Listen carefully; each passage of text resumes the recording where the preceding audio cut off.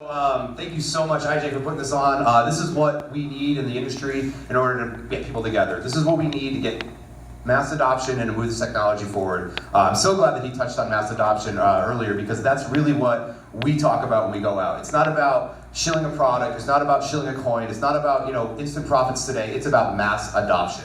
We've always been about helping the industry, we've always been about helping people. Myself and Chris Starr, we founded this company to help people. We were part of one of those Ponzi schemes that got everybody's money taken, and we didn't like it. We didn't like it a lot. And so we decided to set off and help people. We built a forum where people could talk about cryptocurrency in a decentralized manner. We started writing blogs about what was going on in the crypto space, testing out wallets and different platforms, and we started a faucet that gave away free Bitcoin. And trust me, we didn't have Bitcoin. We were bootstrapping this thing from like the beginning. And about 3 weeks in, we noticed there was an opportunity in nightlife, because there is this law called SB 398 that says that any business that operates on blockchain technology is not subject to outside taxes, licenses, or regulations in the state of Nevada. Well, about a year before that law was passed, Hakkasan Group lobbied to bring Nevada Gaming Control Board in to regulate nightlife, which is a $1 billion industry now regulated by the Nevada Gaming Control Board.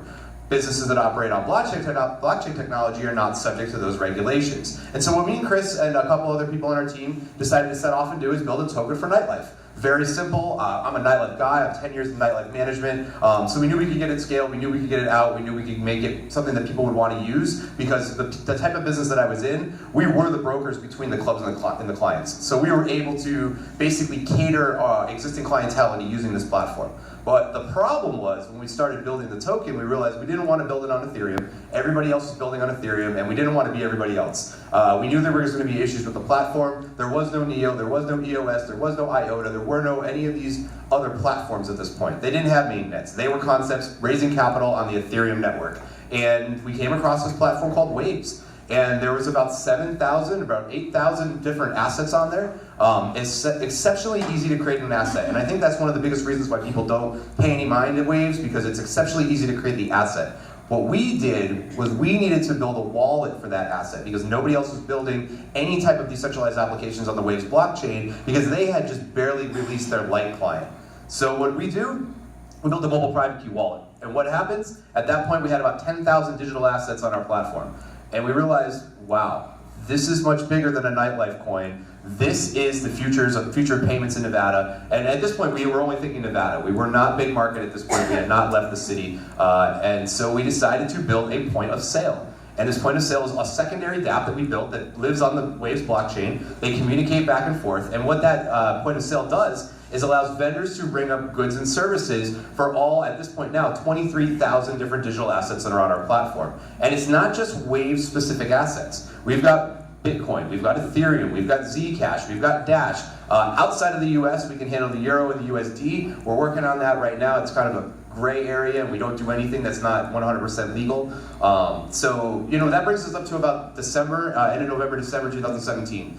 And that's when we went to our first conference. We went up to the Bay Area, we went up to the North American Bitcoin Expo, and people were like, whoa, you guys are way limiting yourself by staying in Vegas. This is a payment system. This is bigger than nightlife. This is bigger than Vegas. This is the biggest platform to exchange currencies developed at this point that anybody had ever heard of. And so we started touring. And in 2018, we went to 46 different conferences. I've spoken at Keynote and World CryptoCon. I spoke on the NASDAQ floor with Justin Wu. I've done events with Jeremy Gardner. I've done events with Brock Pierce. And so the goal was to get this product out to people and to get them understanding that it's not just about Bitcoin. It's not just about Ethereum. It's about a community. It's about coming together. It's about servicing everything. If we had just said, and then, it's very easy for us to limit the tokens that are on the platform. If we had said we only want to do Coincierge Club, we only going to stick to this one, what would that have helped?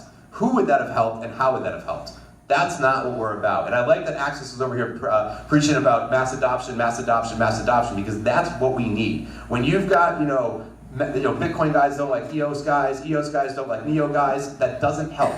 We all need to come together, we all need to work together, and we all need to let this industry grow. Because, he's right, the early adopters get rewarded. It's never been about the reward. It's this legacy stuff that we're into it for. We want to be the people that help the third world countries. We want to be the people that help banking for the unbankable. So me and Chris, one of the first conferences that we did was CES 2018, and we met the Trade Commissioner of Mexico. And we've been dealing with the Mexican government for the last, 14 months or so, developing out a stable token for the Mexican peso that's going to be ran on our platform. It's going to be ran through the Waves blockchain. The token's already been created. The websites are already created. We're going through legal with them right now.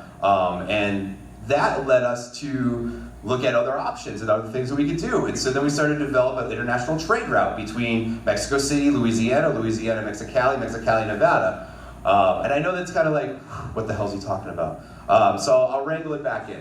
We filed the U.S. patent to tokenize electricity. We're going to be building an algorithm that tokenizes electricity and then makes that a liquid digital asset on our platform that allows anybody with a solar panel to spend those assets on our point of sale at grocery stores and gas stations, specifically for people that don't have access to a power grid. We just monetized your power grid. So that's where we're at with that.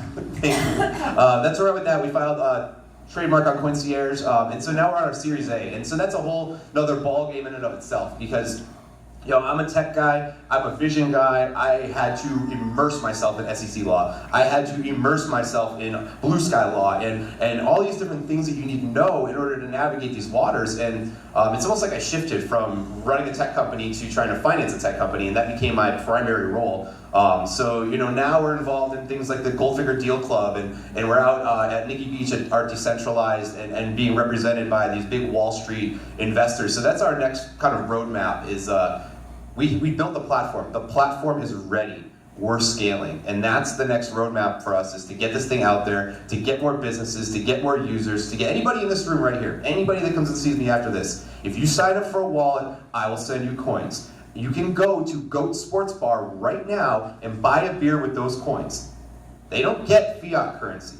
This isn't about reconciling fiat currency. This is about mass adoption. So what we're doing is we're circumventing fiat currency completely and assassinating soft costs in the hospitality industry to allow these tokens to be liquid for tokens that have not no value, because everything has a value, but tokens that don't have liquidity or the access to get value out of them. And that's kind of the main goal for us, again, is to just this mass adoption and helping all these people. So right now, Coincierge is in Goat Sports Bar on Saharan Valley View, Sophia's Strip Club behind the Aria, Mandalay Bay's Light Nightclub, Harris's Chateau Nightclub. We're in negotiations with SLS right now. We're in negotiations with Troy Liquor Bar, with Crazy Horse 3, and then all the other business deals we have going on. We're just looking for anybody that wants to run crypto transactions. So I really appreciate IJ. I mean, this guy's amazing. This guy right here is what we need, because him and a few other people have really tried to build communities out here, and it shows. When I see the same people, my friends over here, I see these guys at the same events, it really shows that something's happening here. I mean,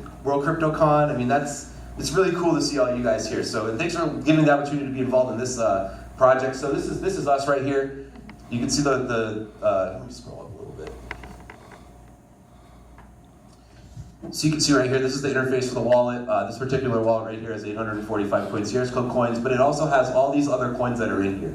And then you can see the interface for the point of sale. And this right here represents two different tabs that are on there. If you click on there, you'll be able to see all the different line items that are on there. And that creates a QR code. You would come over here and hit the little burger button up there. That drops down. You hit scan. Simple as pie. It takes 3 minutes to sign up for a wallet. It takes about 30 seconds to execute a transaction. Waves uses the Bitcoin NG algorithm, so they predetermine the miner, so there's no downtime. So you're not worrying about any block sizes or anything like that. And we're full proof of stake, so it's not energy impacting or least proof of stake, so it's not energy impacting or centralized. That's all I got. Thanks, guys. I appreciate all your time.